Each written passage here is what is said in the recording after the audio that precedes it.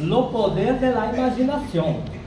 Había una vez una señora caminhando por un sendero con su perro al final de la tarde.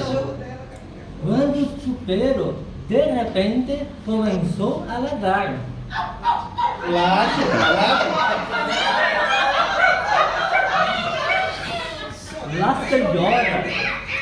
La señora, aterrorizada, viu a los lejos algo que para ella era como un fantasma.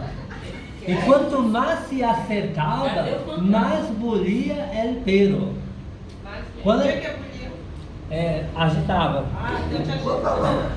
Quando se acercou,